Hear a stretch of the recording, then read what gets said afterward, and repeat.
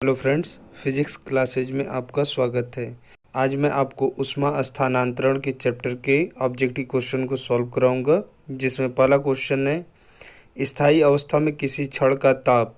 Option है ए समय के साथ बढ़ता है, बी समय के साथ घटता है, सी समय के साथ नहीं बदलता है तथा छड़ के प्रत्येक बिंदु पर समान होता है, डी समय के साथ नहीं बदलता परंतु भिन्न भिन्न बिंदुओं पर भिन्न भिन्न होता है। तो इसका सही आंसर है डी, समय के साथ नहीं बदलता परंतु भिन्न भिन्न बिंदुओं पर भिन्न भिन्न होता है। नेक्स्ट क्वेश्चन, एक लंबी एक समान परिच्छेद की सुचालक छड़ के एक सिरे से दूसरे सिरे तक स्थायी अवस्था में ऊष्मा का प्रवाह हो रहा है। एक सिरे से दूसरे सिरे तक प्रवाहित ऊष्मा अनुक्रमानुपाती है। बताइए निम्नलिखित वक्तव्यों में से कौन सा वक्तव्य सही नहीं है। ऑप्शन है ए परिच्छेद क्षेत्रफल के, बी छड़ की लंबाई के, सी दोनों सिरों के तापांतर के, डी समय के। तो इसका सही आंसर है बी छड़ की लंबाई के। नेक्स्ट क्वेश्चन है एक धातु की छड़ का ऊष्मा चालकता गुणांक निर्भर करता है। ऑप्शन है ए छड़ के सिरों के तापांतर पर, बी छड़ की लंबाई पर, सी छड़ के परिच्छेद क्षेत्रफल पर, डी छड़ के पदार्थ पर। तो इसका सही आंसर है डी छड़ के पदार्थ पर। नेक्स्ट क्वेश्चन, निम्नलिखित में से कौन सा ऊष्मा चालकता के बढ़ते क्रम में सही है। ऑप्शन है A Cu, Ag, Al, B Al, Ag, Cu, C Al, Cu, Ag, D Ag, Cu, Al। यहाँ पे Cu सिंबल का मतलब है कॉपर, Ag का चांदी और Al का एल्युमिनियम होता है।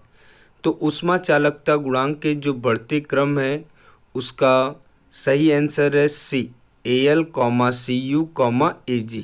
अर्थात Al की ऊष्मा चालकता कम होती है, Cu का उससे अधिक और Ag का सबसे अधिक होता है। नेक्स्ट क्वेश्चन है एक ही पदार्थ की दो बेलनाकार छड़ों के व्यास 1:2 के अनुपात में है तथा उसकी लंबाइयां 2:1 के अनुपात में है। यदि उनके सिरों के बीच समान तापांतर हो तो उनके ऊष्मा प्रवाह की दरों का अनुपात होगा। ऑप्शन है ए 1:1, बी 1:2, सी 1:4, डी 1:8। तो इसका सही आंसर है डी 1:8। चूंकि यहाँ क्वेश्चन में करा है कि एक ही पदार्थ की दो बेलनाकार छड़ें हैं तो उसके ऊष्मा चालकता गुणांक समान होंगे और उनके व्यास का अनुपात दिया हुआ है। तो व्यास के अनुपात से हम त्रिज्या का अनुपात निकाल लेते हैं, तो R1/R2 = 1:2 ही आ जाएगा। और उनकी लंबाइयों का अनुपात दिया L1/L2 = 2:1। ऊष्मा प्रवाह की दर h का जो सूत्र होता है Ka θ1 - θ2/L होता है।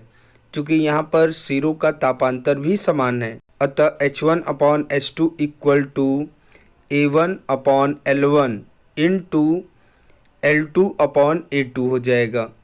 अब इसे सॉल्व कर देंगे तो आ जाएगा R1/R2 का होल स्क्वायर × L2/L1। यहाँ पे मान रख देंगे तो 1/2 का होल स्क्वायर × 1/2 सॉल्व कर देंगे तो आ जाएगा 1/8, जो आंसर डी करेक्ट है।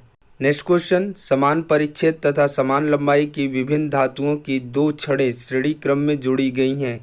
उनके पदार्थों की ऊष्मा चालकताएं K1 तथा K2 हैं। संयुक्त छड़ की प्रभावी ऊष्मा चालकता है। ऑप्शन है ए K1 + K2, B K1 + K2/2, सी K1 K2/K1 + K2, D 2K1 K2/K1 + K2। तो इसका सही आंसर है डी 2K1 K2/K1 + K2। समान लंबाई की जब दो छड़ें श्रेणी क्रम में जुड़ी होती हैं तो उनकी जो तुल्य ऊष्मा चालकता होता है K = 2K1 K2/K1 + K2 होता है। नेक्स्ट क्वेश्चन, समान लंबाई, समान अनुप्रस्थ परिच्छेद क्षेत्रफल तथा समान पदार्थों की तीन छड़ें चित्रानुसार जोड़ी गई हैं। इनके बाएं तथा दाएं सिरों के ताप क्रमशः 10 डिग्री तथा 70 डिग्री हैं। तीनों छड़ें की संधि का ताप होगा। ऑप्शन है A 40 degree centigrade, B 50 degree centigrade, C 60 degree centigrade, D इनमें से कोई नहीं। तो इसका सही आंसर है बी 50 डिग्री सेंटीग्रेड। अब चूंकि चित्र में जो दिखाया गया है उसमें 70 डिग्री सेंटीग्रेड की जो दो छड़ें हैं वो एक ही तरफ हैं, उनके ऊष्मा प्रवाह की दर जो होगा वो बाएं साइड बड़े छड़ के ऊष्मा प्रवाह की दर के बराबर होगा। तो हो जाएगा के ए थीटा माइनस 10 बटे डी बराबर के ए 70 माइनस थीटा बटे डी प्लस के ए 70 माइनस थीटा बटे डी, जहाँ के सभी पदार्थ के ऊष्मा चालकता गुणांक है, ए समान अनुप्रस्थ परिच्छेद का क्षेत्रफल है, डी उनकी लंबाइयाँ हैं। अब के ए जो है कट जाएगा तो आ जाएगा थीटा माइनस 10 बराबर 70 minus theta plus 70 minus theta. अब इसे सॉल्व कर देंगे तो आ जाएगा 3 थीटा बराबर 150, अतः थीटा बराबर 50 डिग्री। नेक्स्ट क्वेश्चन, पूर्ण कृष्णपिंड की अवशोषण क्षमता होती है। ऑप्शन है ए 1, बी 0.5, सी 0, डी अनंत। तो इसका सही आंसर है ए 1। नेक्स्ट क्वेश्चन, किसी पिंड की सतह का क्षेत्रफल 5 सेंटीमीटर स्क्वायर है तथा ताप 727 डिग्री सेंटीग्रेड है। यह प्रति मिनट 300 जूल ऊर्जा विकिरित करता है। इसकी उत्सर्जन क्षमता है, जहाँ स्टीफन बोल्ट्जमैन नियतांक सिग्मा इक्वल टू 5.67 गुणे 10 के घात minus 18 watt metre square kelvin के पावर 4। ऑप्शन है ए 0.167, बी 0.176, डी 0.671, डी 0.761। तो इसका सही आंसर है बी 0.176।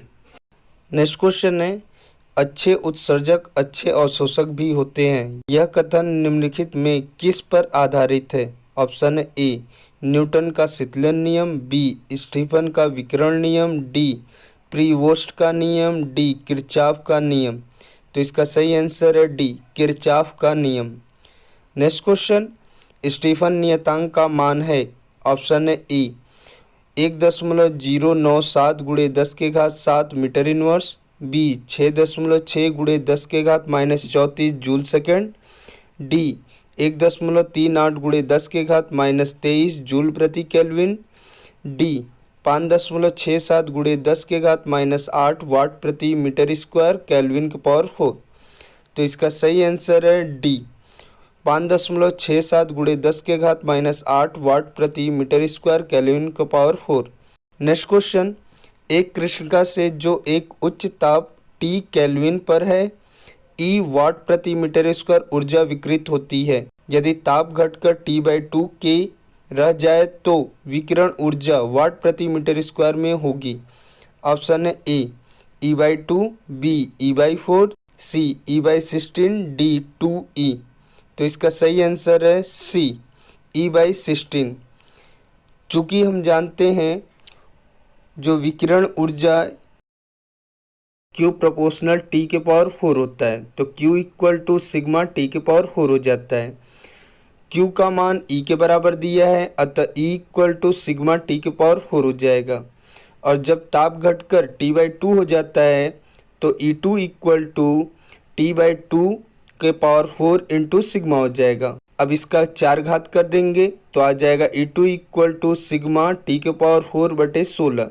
अब सिग्मा T के पावर 4 इक्वल टू E रख देते हैं तो हमारा हो जाता है E2 equal to E/16। Next question, एक वस्तु की सतह का ताप 727 डिग्री सेंटीग्रेड तथा दूसरी वस्तु की सतह का ताप 327 डिग्री सेंटीग्रेड है। इनके विकिरण ऊर्जाओं का अनुपात होगा। ऑप्शन है ए 625 संबंधे 81, बी 125 संबंधे 27, सी 8 संबंधे 27, डी 9 संबंधे 25।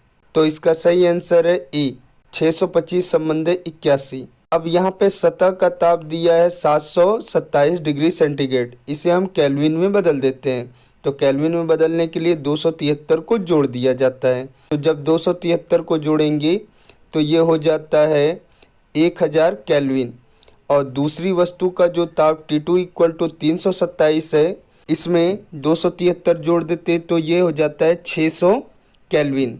अब इन दोनों का विकिरण ऊर्जाओं का अनुपात निकालना है।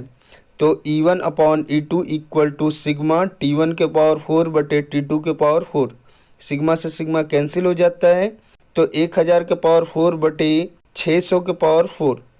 अब इसे सॉल्व कर देंगे तो आ जाएगा 625 संबंधे 81। नेक्स्ट क्वेश्चन, किसी कृष्ण पिंड का ताप 27 डिग्री सेंटीग्रेड से बढ़ाकर 327 डिग्री सेंटीग्रेड कर दिया जाता है, उससे ऊर्जा उत्सर्जन की दर हो जाएगी।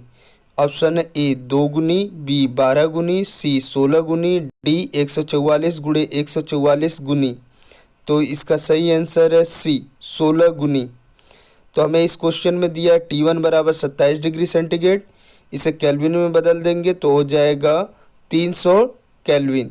T2 equal to 327 degree centigrade, जब इसे केल्विन में बदलेंगे तो ये हो जाएगा 600 केल्विन। ऊर्जा उत्सर्जन की दर हो जाएगा वो E1 upon E2 equal to T1 के पावर 4 बटे T2 के पावर 4। तो हो जाएगा T1 अपॉन T2 का होल पावर 4। अब यहाँ मान रख देंगे तो हो जाएगा 300 बटे 600 का होल पावर 4। अब इसे काट देंगे तो आ जाएगा 1/2, और 1/2 का जब पावर 4 करेंगे तो हो जाएगा 1/16, अर्थात जो E2 होगा वो E1 का 16 गुना होगा। नेक्स्ट क्वेश्चन, किसी कृष्ण पिंड का ताप 300 केल्विन से बढ़ाकर 600 केल्विन कर दिया जाता है तो इससे ऊर्जा उत्सर्जन की दर होगी। ऑप्शन ए 2 गुनी, बी 4 गुनी, सी 8 गुनी, डी 16 गुनी। तो इसका सही आंसर है डी 16 गुनी। जैसे ऊपर क्वेश्चन सॉल्व किए वैसे ही इसे भी हल करेंगे। नेक्स्ट क्वेश्चन, विकिरण संबंधी वीन का नियम है। Option A lambda M into T बराबर बी, बी लेमडा एम बटे टी बराबर B, C lambda M T के power -2 equal to B, D lambda M के power -1 T equal to B. तो इसका सही आंसर है A lambda M T equal to B. Next question, सूर्य की स्पेक्ट्रमी ऊर्जा वितरण का उच्चतम मान 4753 एंगस्ट्रॉम पर है तथा सूर्य का ताप 6050 केल्विन है। यदि एक तारे की स्पेक्ट्रमी ऊर्जा वितरण का उच्चतम मान 9506 एंगस्ट्रॉम हो तो तारे का ताप है। ऑप्शन है A 6050 kelvin, B 3025 kelvin, D 12100 kelvin, D 24200 kelvin. तो इसका सही आंसर है बी 3025 केल्विन।